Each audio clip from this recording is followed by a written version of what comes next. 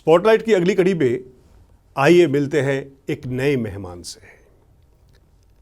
देश में गुरुकुल की परंपरा बहुत प्राचीन है। ऋषि मुनियों के ज़माने में गुरुकुल की परंपरा इतनी समृद्ध थी कि जो जो राष्ट्र का विकास होता गया हम आधुनिक स्कूलों तक पहुंच गए।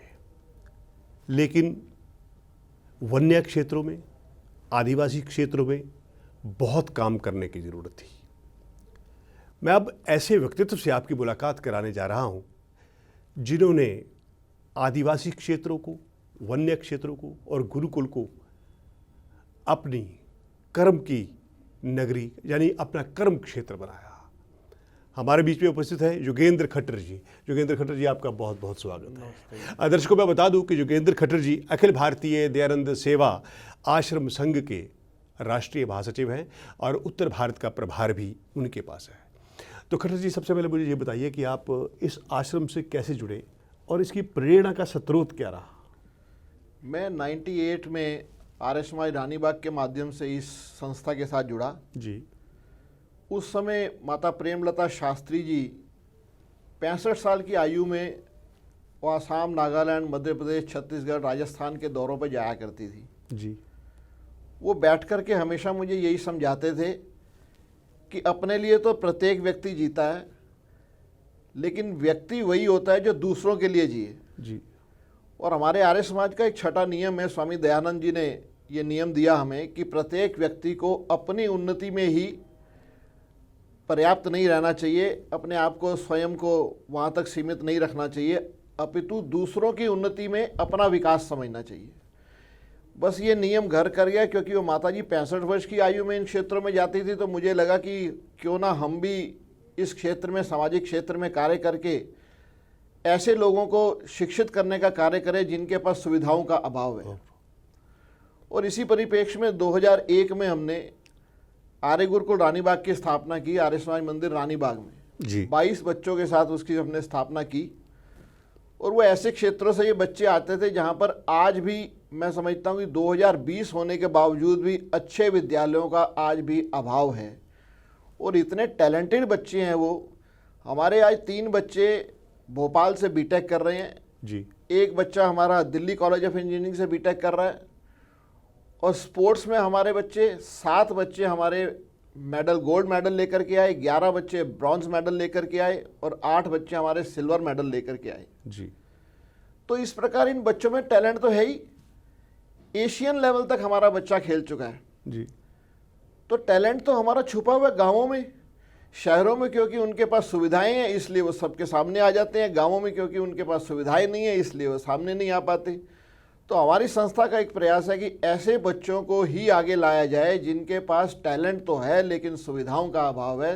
तो हम यहाँ पर ला करके उनको पूरी सुविधाएं देते हैं। स्पोर्ट्स के साथ साथ विद्यालय की शिक्षा, CBSE की शिक्षा, उसके साथ साथ कंप्यूटर लैब हमने बनाई हुई है, आधुनिक शिक्षा भी हम उनको देते हैं। और इसके साथ साथ सबसे महत्वपूर्ण जो बात है वो उनको हम भारतीय संस्कृति से अछूता नहीं रखते। भारतीय संस्कृति का पूर्ण उनको ज्ञान प्रातः काल से लेकर के रात्रि तक का जो उनका हमारे गुरुकुलीय परंपरा जो स्वामी श्रद्धानंद ने किसी समय आरंभ की थी उसको लेकर के हम चलते हैं। और उनको पूरे वैदिक संस्कृति के जो उनको मंत्र हैं, उनको वेदों के अर्थ हैं, ये प्रातः ये सभी भी साथ साथ इनके शिक्षा के साथ साथ सिखाया जाता है। अच्छा खट्टर जी, एक बात हमेशा एक धारणा रहती है कि आदिवासी क्षेत्रों में, पिछड़े क्षेत्रों में जहाँ सरकारें आज़ादी के बाद फ़ौरन नहीं पहुंच सकी या बहुत साल बाद काम हुआ, वहाँ धर्म परिवर्तन भी हुआ।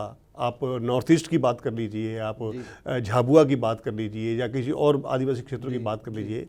तो ये जो आप गुरुकुल के माध्यम से जो काम कर रहे हैं, तो क्या ये एक सशक्त संदेश जा रहा है कि आदिवासियों को राष्ट्र की मुख्य धारा में शामिल होना चाहिए? जी बिल्कुल। जैसे आपने धर्म परिवर्तन की बात की, मैं समझता हूँ कि धर्म परिवर्तन का मुख्य कारण जो है गरीबी और अशिक्षा का होना है जी।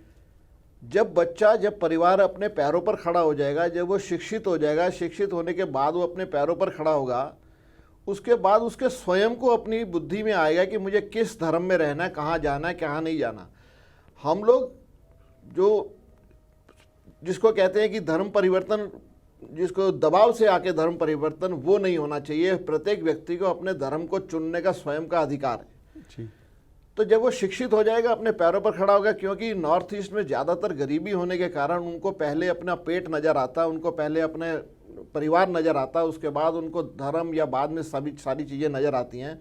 तो हमने ये किया कि कम से कम उन परिवारों को शिक्षा भी दिया जा सके, उन परिवारों को पाला भी जा सके, उन परिवारों को राशन भी दिया जा सके, उन परिवारों की क्यों ना पूरी देखभाल की जा सके, क्यों ना वो परिवार भी, उनको भी पूरा ही हक है, जितना कि यहाँ दिल्ली में शहरों में रहने वाले परिवारों को हक है, बच्चों को हक है, उनके बच्चों को भी पूर्णतः हक है कि वो भारत की मुख्य धारा में शामिल हो सके। तो यही प्रयास हम लोग निरंतर कर रहे हैं। अच्छा, आदिवासी क्षेत्रों में अब राज्य सरकारों की भूमिका के बारे में आपका क्या कहना है? देखिए, राज्य सरकार अपनी तरफ से कोशिश करती है, लेकिन सारे काम जो है वो सरकारें नहीं कर सकती। मैं समझता हूँ स्वयंसेवी संस्थाओं को आगे आना आवश्यक है जी। जब तक स्वयंसेवी संस्थाएं आगे आकर के उनको शिक्षित नहीं कर लेती, तब तक मैं समझता हूँ कि भारत का विकास जो है पूरी तरह से नहीं हो सकता।